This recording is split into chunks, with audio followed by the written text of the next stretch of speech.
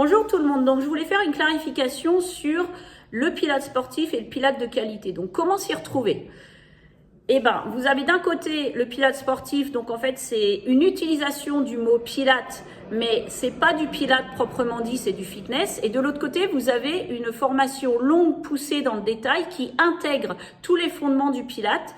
Donc l'élongation axiale, l'étirement du dos pour libérer les disques, pour libérer l'espace discal, la dissociation entre la contraction abdominale et le relâchement des lombaires, parce que qu'est-ce qui se passe si la personne n'a pas ses bases? C'est qu'en fait, non seulement il va y avoir un gros risque de tassement discal dans les exercices, mais aussi la personne va tenir des lombaires, donc du dos, plutôt que de travailler les abdominaux devant, et ça va figer l'espace lombaire.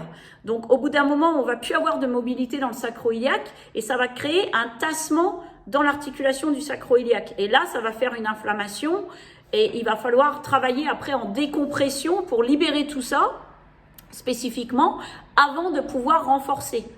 Donc en fait, si vous voulez faire du pilate de qualité, du pilate authentique, quand un médecin il vous recommande ça, pour lui c'est travailler avec un professeur qui a fait une formation longue et poussée. Et comment je sais que je suis avec un professeur qui a fait une formation de véritable pilate et que je fais du vrai pilate? Je vais sur le site de la Fédération des professionnels de la méthode pilate, www.fpmp.fr, et là vous allez avoir une recherche par région. Je vais vous mettre le lien en bas de la vidéo.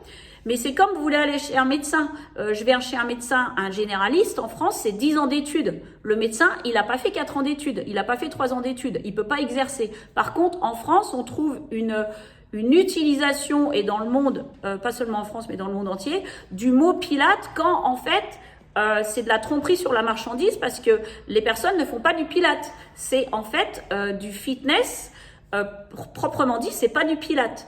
Parce que le professeur, en fait, n'a pas été formé dans une formation qui est longue et poussée dans la précision. Et surtout, les cours sont surchargés. Le pilate, ça s'exécute dans des cours, surtout sur machine.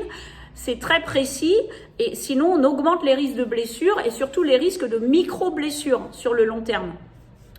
Donc, c'est très important, si vous voulez faire du pilate, de pratiquer du vrai pilate avec quelqu'un qui est répertorié sur le site de la fédération. Et à Reims, nous sommes 3. Il y a une professeure sur tapis et nous sommes 2 à être répertoriés avec la fédération à faire du pilate sur machine. Et entre autres du pilate réformeur, mais pas que.